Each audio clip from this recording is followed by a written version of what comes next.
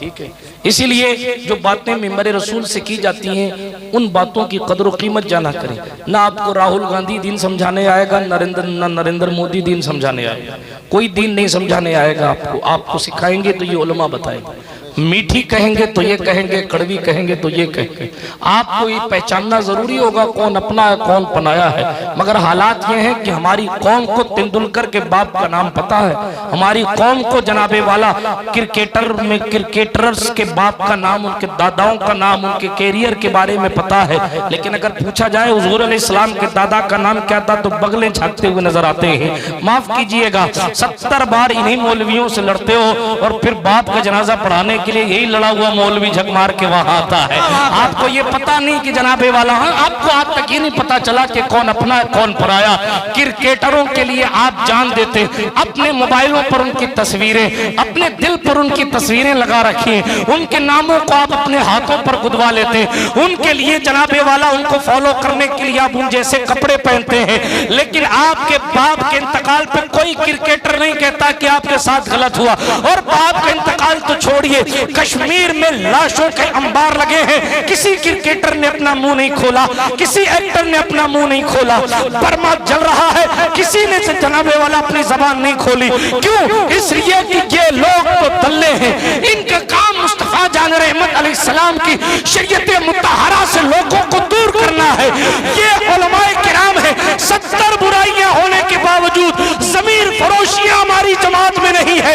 ये पड़ोसियों का काम है कि वो गद्दारी कर सकते हैं, सुन्नी बेअमल हो सकता है, बेज़मीर नहीं हो सकता। नारे तकबीर, नारे रिसालत, नादराने मिल्लत इस्लामिया। दामने वक्त में गुंजाइश कम है, तेजी के साथ आगे बढ़ता हूँ। मैं कुरान मुकद्दस की बात कर रहा था। कुरान एक ऐसी किताब है जिसने लोगों को आज तक हैरान कर रखा है। और आज उर्दू जानने वाले कुरान पर क्या बातें करेंगे। जो फुसहाए अदनान थे, बुलगाए कहतान थे, उन्होंने माहाजा कलामुल बशर की तस्बीह पढ़ी है तो मुस्तफा जान रहमत सल्लल्लाहु अलैहि वसल्लम की इस किताब पाक की दूसरी नजीर कैसे ला सकते। बल्कि अक्ल हैरत है, कुरान अपने चैलेंज को हल्का करता है। जब देखता है कि इनकी औकात नहीं है दूसरी किताब ला सके तो कुरान ने चैलेंज को हल्का करके कहा फलियातु बिसूरतिम मिन मिस्ली, कोई एक सूरत ले आओ। लेकिन वो भी नहीं ला सके। कुरान ने देखा कि इनकी औकात इतनी भी नहीं है तो और नीचे आया फलियातु बिहदीसिम मिस्ली, एक बात ले आओ। उलमा की तवज्जो चाहता हूँ। मैं उर्दू में तकरीर कर रहा हूँ, मुझसे पहले मुफ्ती सलीम साहब उर्दू में तकरीर कर रहे थे, मुफ्ती नसीम साहब उर्दू में तकरीर कर रहे थे। आप हजरत की निजामत का एक जुमला तो अदा कर ही सकते हैं। उनकी जबान अरबी थी। जब कुरान ने कहा एक बात ले आओ तो एक बात तो कर ही सकते थे वो अरबी में, उनकी अपनी भाषा थी। आपसे मैं कहूं मेरी तकरीर के बाद कि मैंने जो तकरीर की उसकी एक बात बताओ, जाहिर बात है पूरी तकरीर ना सही, एक बात तो कर ही सकते हैं, एक बात तो कर ही सकते। मगर आखिर क्या वजह थी कि वो एक बात भी नहीं ला सके। उनकी जबान अरबी थी, वो उठते बैठते चलते फिरते अरबी पढ़ते थे, बोलते थे, उनकी मादरी जबान थी। उनके लिए तो ऐसा ही था ना जैसे हमारे लिए उर्दू में कोई जुमला कहना है। लेकिन फिर भी वो एक बात भी नहीं ला पाए। क्यों नहीं ला पाया? दामने वक्त में गुंजाइश नहीं है, इसलिए मैं घुमाना नहीं चाहता। पॉइंट पे आके बात खत्म। दो वजह, एक तो ये कि वो जुमले तो अदा कर देते मगर ऐसी फसाहत और बलागत कहाँ से लेके आते, ऐसी फसाहत कहाँ से लाते। और दूसरी बात जो आशिकों के लिए बेहतर, दूसरी बात वो लोग एक जुमला तो अदा कर देते, एक बात तो ले आते।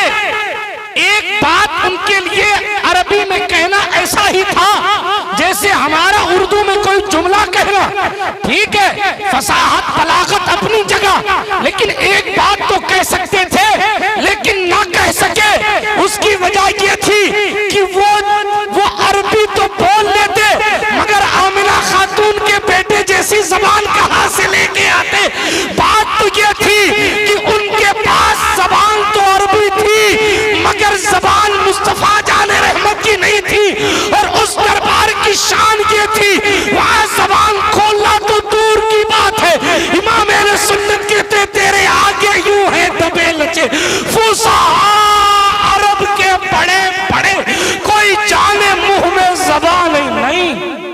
उनके जिस्म में जान है। हुजूर की जबान कहाँ से लाते सल्लल्लाहु अलैहि वसल्लम। वाह वाह क्या बात है। एक बात भी कुरान जैसी नहीं लाई जा सकती। मगर अफसोस है कि हमने कुरान मुकद्दस की कद्र को खो दिया। अफसोस है हमने जनाब तावीज़ों को तो बड़ा अजीम समझा, तिलावतों को बरतरफ रख दिया। अल्लाह समद। इसीलिए आज हम बेकरारी की जिंदगी जी रहे हैं। कौन हम पर चढ़ाई, कौन ऐसा है जो हम पर चढ़ाई नहीं कर रहा है।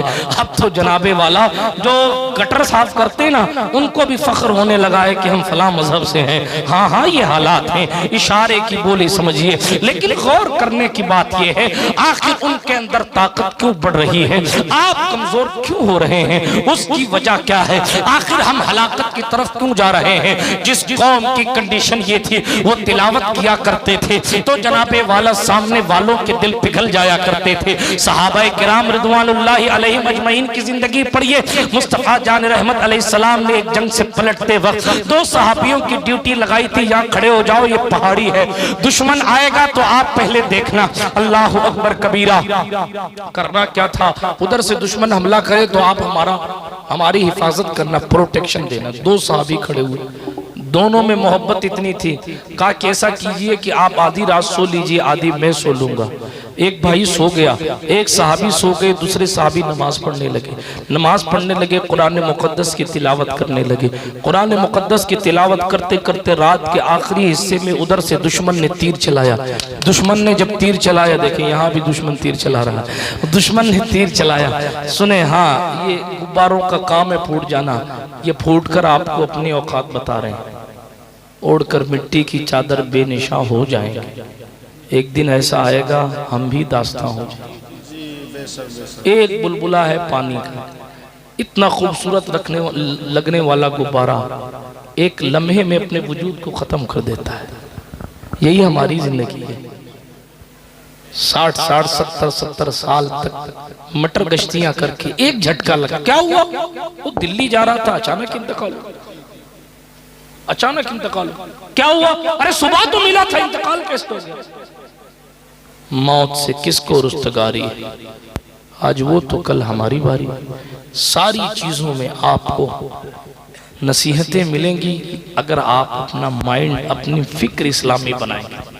हाँ, हमारी फिक्र जो है ना वो गैर इस्लामी बना दी गई। यही वजह है कि हम जिसको सुनते हैं उल्टा ही मतलब निकालते हैं। हाँ यही हकीकत है। एक साहब संतरा बेच रहे थे, संतरे ले लो।